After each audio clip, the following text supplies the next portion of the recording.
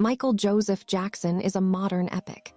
It is a complex narrative of unmatched creative genius, unprecedented global fame, childhood isolation, and the heavy price of becoming a living myth. He did not merely dominate popular music.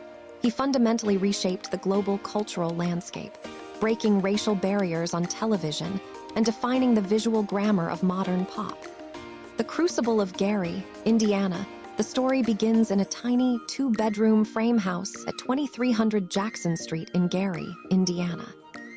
Born on August 29, 1958, Michael was the eighth of 10 children born to Joseph and Catherine Jackson. Gary was an industrial steel town, defined by grit, smoke, and economic hardship. Inside the Jackson household, however, the air was filled with music. Catherine played country music on the family piano, while Joseph, a steel plant crane operator, played guitar in a local R&B band called the Falcons. Driven by a fierce desire to escape the economic trap of the steel mills, Joseph noticed the musical talent of his eldest sons. By the mid-1960s, he had formed an early iteration of the Jackson Brothers. Michael, initially considered too young, joined the group around 1964 as a conga player. However, his extraordinary vocal range and uncanny ability to mimic the dance moves of James Brown quickly became impossible to ignore. At just 8 years old, Michael was elevated to co-lead singer alongside his older brother Jermaine. The group was rebranded as the Jackson 5, the Jackson 5 performing in 1972. The early years were a grueling crucible. Joseph managed the boys with militaristic discipline. Rehearsals lasted for hours after school, and infractions were met with strict physical punishment, a reality Michael would speak of with deep trauma later in life. The hard work yielded swift results. The Jackson 5 dominated local talent shows, moved up to the Chitlin circuit, playing historic black venues like the Regal Theater in Chicago and the Apollo Theater in Harlem, and eventually caught the attention of Motown Records founder Berry Gordy. In 1969, Motown officially signed the group and relocated the family to California. Gordy launched a massive publicity campaign, falsely claiming the boys had been discovered by superstar Diana Ross. The impact was instantaneous. The Jackson 5 became the first recording act in chart history to see their first 4 singles: I Want You Back, ABC, The Love You Save, and I'll Be There. Reached number 1 on the Billboard Hot 100. At the center of this whirlwind was adolescent Michael, a boy with a mature, soulful voice and boundless energy that captivated millions. As the 1970s progressed, the initial wave of Jackson mania began to cool. The brothers grew frustrated with Motown's strict creative control, which denied them the right to write and produce their own material. In 1975, they made the bold decision to leave Motown for Epic Records, rebranding themselves simply as the Jacksons. For Michael, this period was marked by an intense internal transition. He was outgrowing the child star mold, yet he remained deeply sheltered and painfully self-conscious, suffering from severe acne and feelings of loneliness. A pivotal turning point arrived in 1978 when Michael was cast as the Scarecrow in the film adaptation of the Broadway musical The Wiz. On set, he met the film's musical director, legendary producer Quincy Jones. Recognizing a kindred artistic spirit, Michael asked Jones if he would recommend a producer for an upcoming solo album. Jones simply replied, "Why don't you let me do it?" The partnership changed music history. Released in August 1979, Off the Wall was an artistic breakthrough, Michael as a dominant adult solo artist. Yet, despite its massive commercial and critical success, Michael felt slighted when the album only won a single Grammy Award. He vowed that his next record would be an undeniable, world-conquering masterpiece. Thriller and the Conquest of MTV. In late 1982, Michael and Quincy Jones delivered on that promise with the release of Thriller. The ambition behind the album was clear. Thriller transcended the traditional boundaries of a music release, transforming into a global cultural phenomenon. Supported by an array of hit singles, the album spent an astonishing 37 non-consecutive weeks at number 1 on the Billboard 200 chart. Beyond the music, Thriller broke historic racial barriers in media.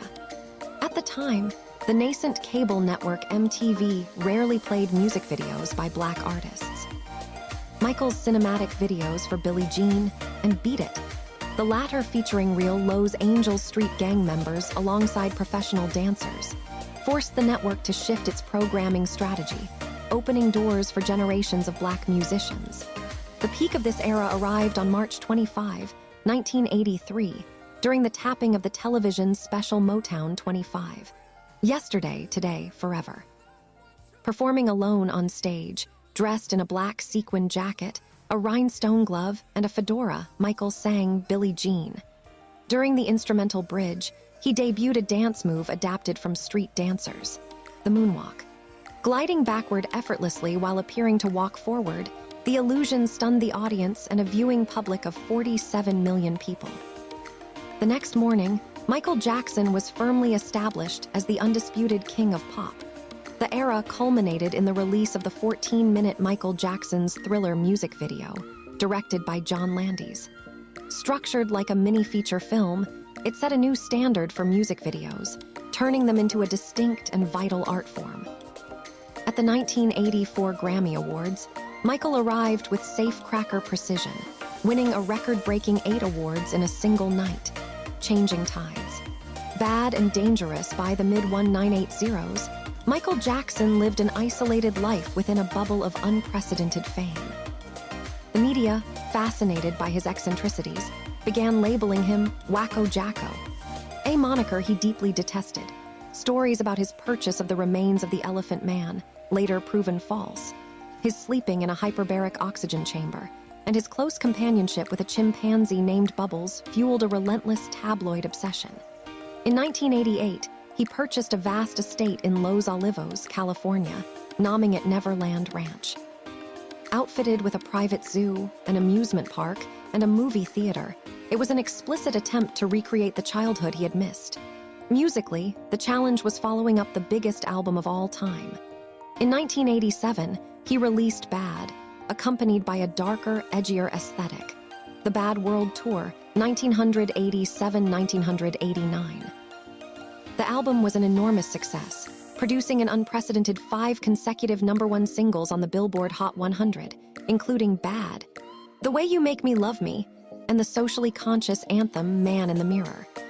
His subsequent Bad World Tour broke records for attendance and gross revenue, solidifying his status as a premier global touring act. As the 1990s dawned, Jackson sought to modernize his sound, parting ways with Quincy Jones to collaborate with New Jack Swing pioneer Teddy Riley for the 1991 album Dangerous. Humanitarian efforts and complex legacies throughout his career, Jackson channeled significant resources into humanitarian work. In 1985, he co-wrote the charity single, We Are the World, with Lionel Richie. Produced by Quincy Jones, the track brought together dozens of prominent artists to raise tens of millions of dollars for famine relief in Africa.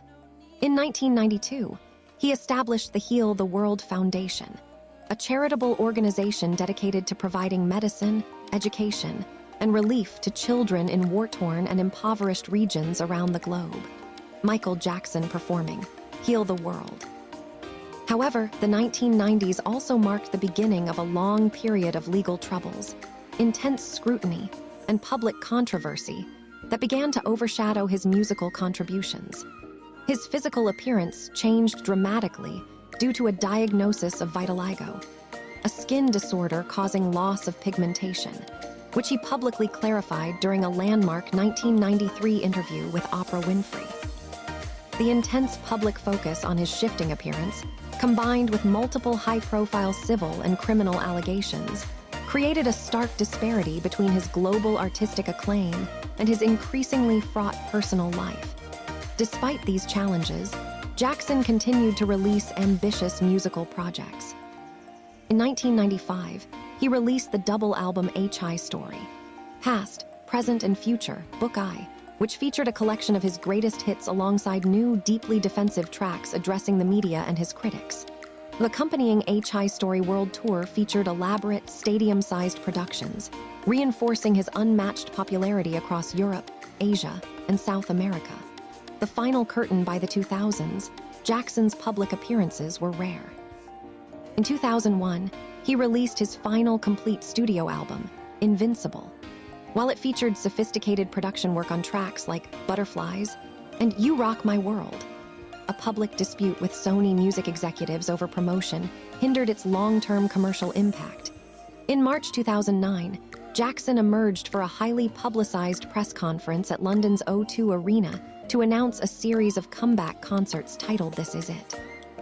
Originally planned as a 10-show residency, overwhelming public demand led to the addition of 40 more dates. The shows promised to be a triumphant return to form, showcasing his enduring status as a performer. The concerts never took place. On June 25, 2009, while in the midst of intensive rehearsals in Los Angeles, Michael Jackson died of acute propofol and benzodiazepine intoxication at the age of 50. His death sent shockwaves through the global community, causing unprecedented internet traffic spikes as fans worldwide sought confirmation of the news. His public memorial service, held at the Staples Center in Los Angeles, was watched by an estimated global audience of over 2.5 billion people.